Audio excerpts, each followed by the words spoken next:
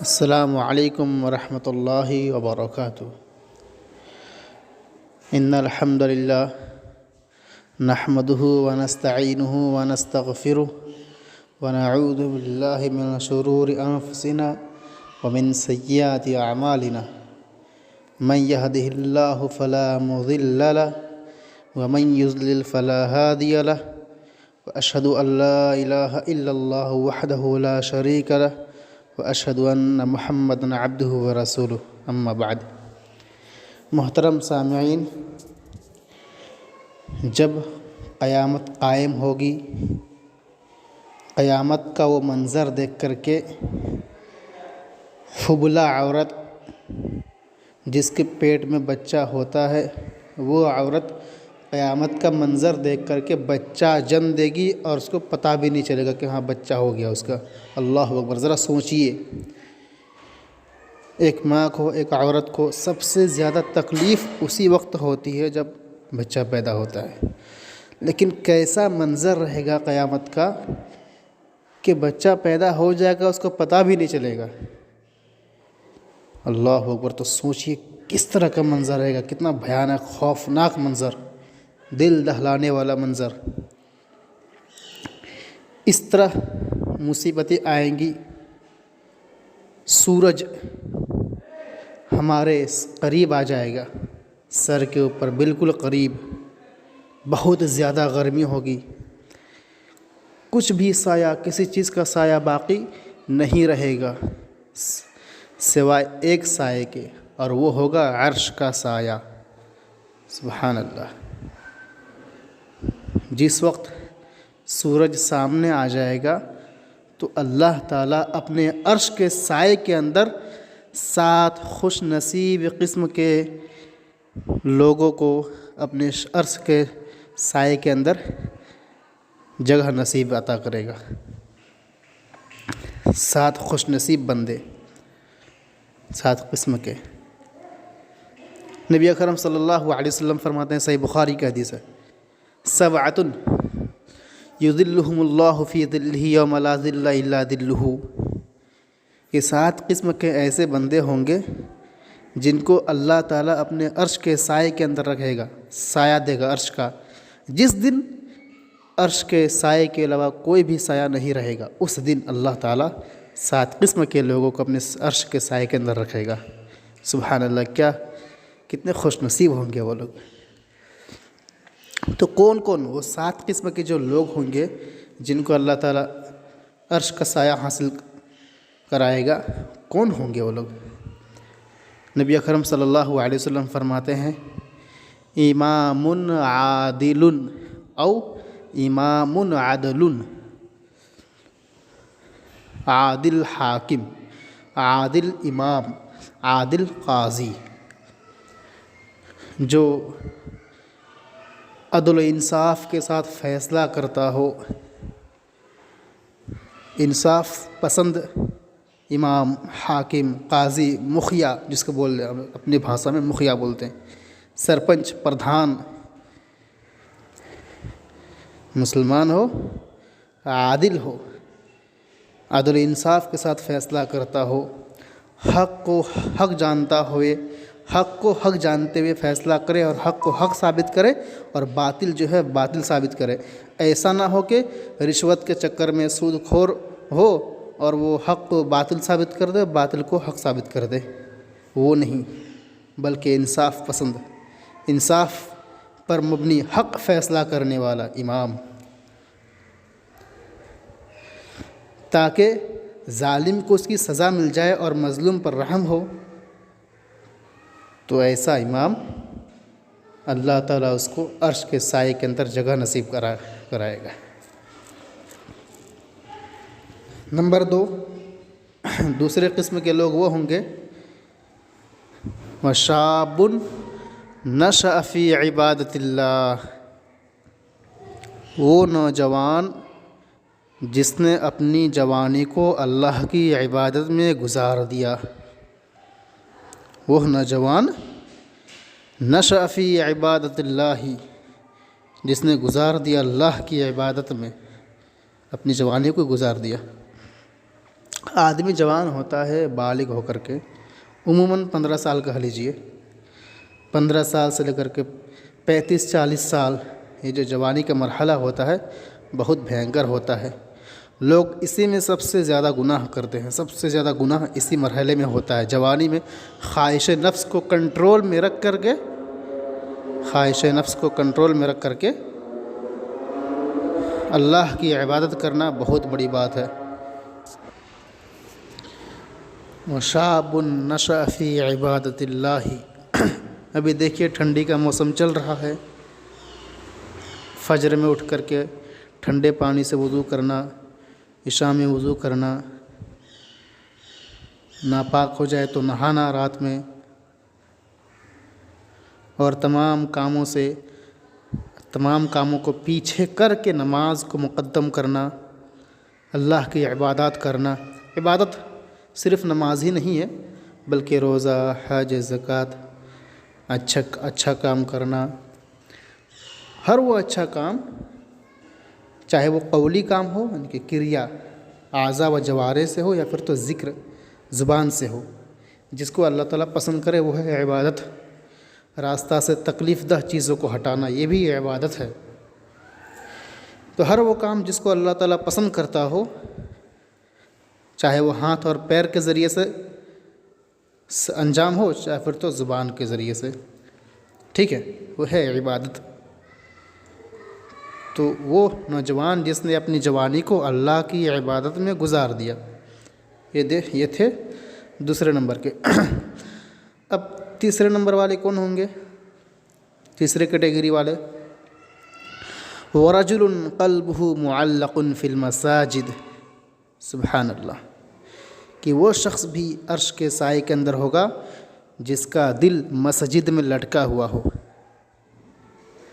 دل مسجد میں لٹکا ہوا ہے، ظہر کی اذان ہوئی، نماز پڑھا، باہر آیا، اب دل مسجد ہی میں چھوڑ کے آ گیا کہ کب عصر کی اذان ہوگی، اسی طاق میں رہتا ہے، جیسے عصر کی اذان ہوگی فوراً جائیں گے نماز پڑھنے کے لیے، اس کا دل ادھر ہی رہتا ہے، بے چین رہتا ہے کہ کب مسجد جائیں نماز کے لیے، ایک بھی رکعت فوت نہ ہو، جماعت کی جو فضیلت ہے 27 گنا 25 گنا یہ نہ چھوٹ جائے، مسبوق میں شمار نہ ہو، بلکہ صف اول میں رہیں تاکہ فرشتوں کی دعا سے مالا مال ہو، اسی چاہ میں رہتا ہے، جیسے اذان ہوگی مسجد دوڑتے ہوئے چلے جائیں گے، دل اس کا مسجد ہی میں لٹکا ہوا ہے، یا پھر تو کہیں جماعت فوت نہ ہو جائے، اسی ڈر سے مسجد ہی کے اندر رہ رہا ہے، وہیں جھاڑو دے رہا ہے، وہیں پوچھا کر رہا ہے، کیوں؟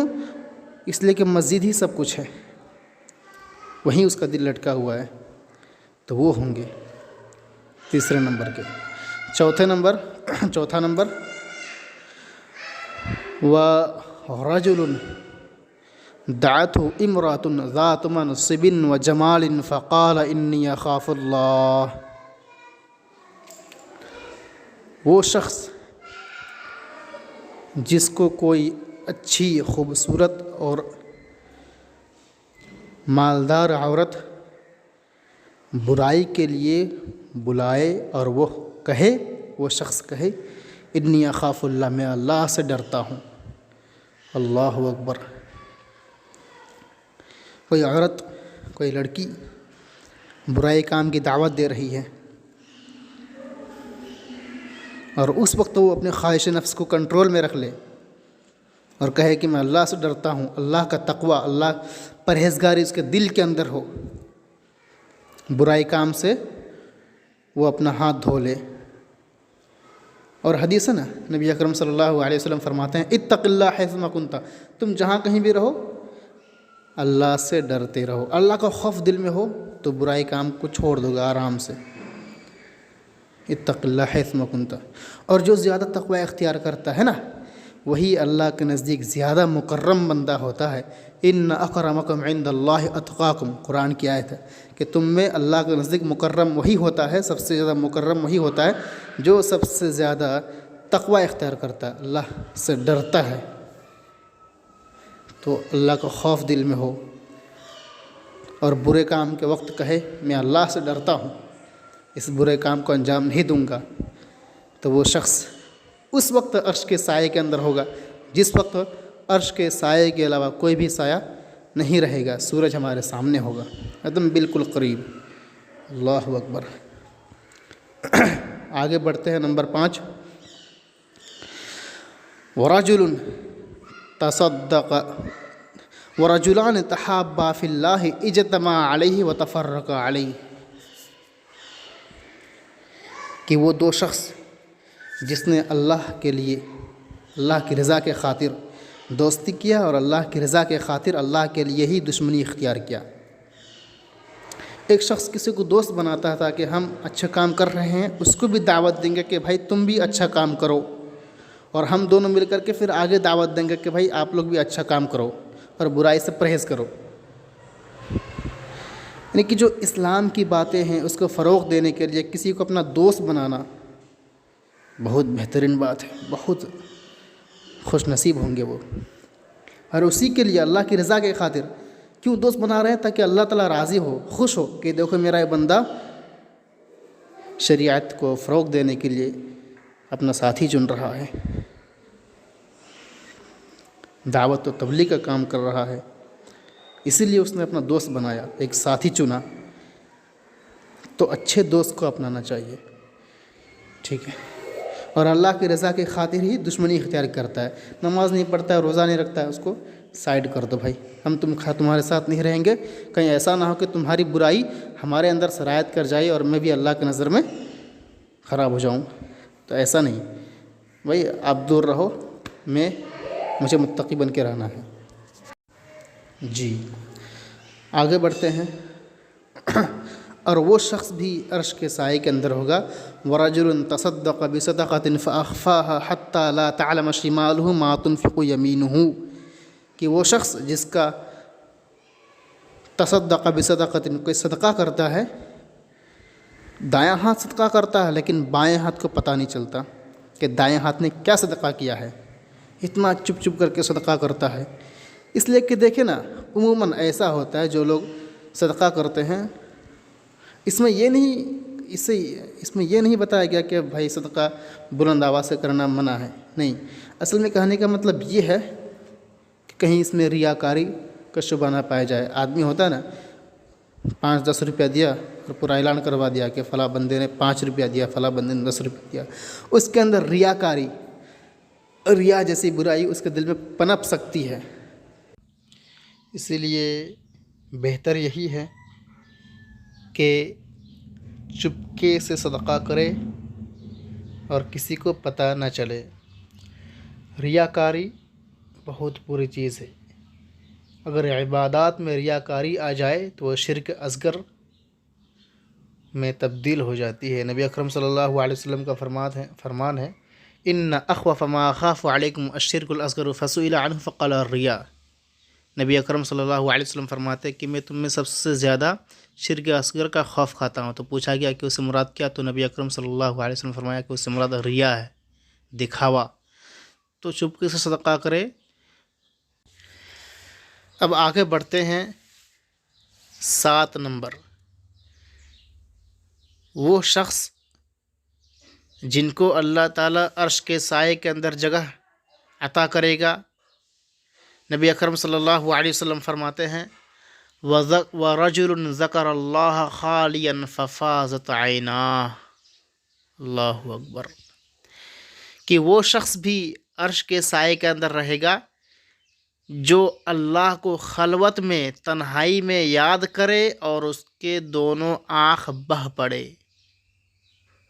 اللہ اکبر، خلوت میں، تنہائی میں اللہ کے سامنے گڑ گڑانا، اللہ کو یاد کرنا، عبادات کرنا، خوف کھانا، اللہ کا تقوی اختیار کرنا بہت بڑی چیز ہے، بہت خوش نصیب ہے وہ جو اس طرح کرتے ہیں۔ آپ دیکھیں، آپ تنہائی میں 2 رکعت نماز پڑھیے، اللہ کے سامنے گڑ گڑائیے، روئیے، اللہ سے مناجات کیجیے، گفتگو کیجیے، اللہ سے سرگوشی کیجیے، اپنی حاجت کو اللہ کے سامنے پیش کیجیے کہ یا اللہ ہم بھیک منگے ہیں، ہم بھکاری ہیں، ہم محتاج ہیں، آپ غنی ہیں، ہمیں مالا مال کر دیجیے، نیکیوں سے آپ ہم سے راضی ہو، روئیے، گڑ گڑائیے، اللہ کے سامنے اپنی حاجت رکھیے،